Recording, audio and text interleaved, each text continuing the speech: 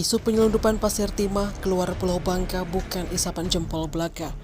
Kasus penyelundupan yang tengah menjadi isu senter di masyarakat di Kabupaten Bangka Barat, Provinsi Kepulauan Bangka Belitung akhirnya terkuat. Hal ini setelah tim gabungan terdiri dari Kepolisian Resort Polres Bangka Barat, Polsek Jebus, dan Satpol Airut Bangka Barat berhasil menggagalkan penyelundupan 273 karung pasir timah di Pantai Mentigi, Desa Teluk Limau, Kecamatan Bangka Barat, Provinsi Kepulauan Bangka Belitung pada Jumat malam. Kapolres Bangka Barat AKBP Ade Zambrah mengatakan, lokasi aksi penyelundupan di pesisir pantai yang sangat dekat jarak tempuhnya dengan wilayah Pulau Bangka. Menurut AKBP Ade Zambrah, jika tidak dicegah maka 273 karung berisikan pasir timah sudah lolos keluar Bangka dan para pelaku dipastikan akan kembali melakukan aksi penyelundupan. Di tempat yang sama, Kasat Reskrim Polres Bangka Barat AKP Eki Widi Prawira mengatakan pihaknya akan melakukan penyelidikan terkait titik lokasi aktivitas penyelundupan tersebut.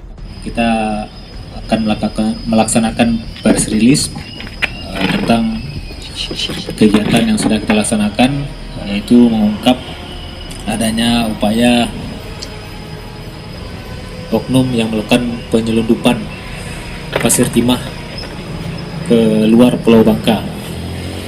Rekan-rekan media, ini adalah bentuk sinergitas dan kolaborasi dari teman-teman media, wartawan, dan Polri, baik dari Polda, Polres Bangka Barat, Polsek Jebus.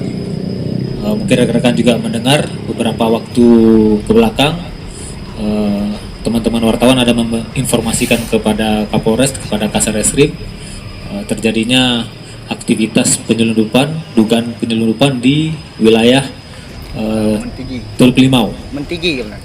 Ya, Mentigi ya.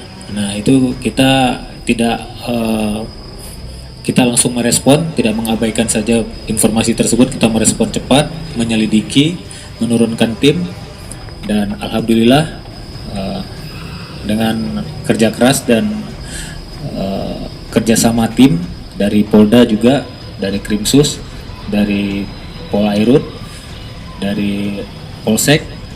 Tadi malam kita berhasil mengamankan sebanyak 273 karung diduga pasir timah dan mengamankan 2 orang yang diduga, satu pemilik tempat di mana kita mengamankan pasir timah tersebut dan 1 orang yang diduga sebagai pemilik pasir timah tersebut. Tim Liputan Sumsel TV melaporkan.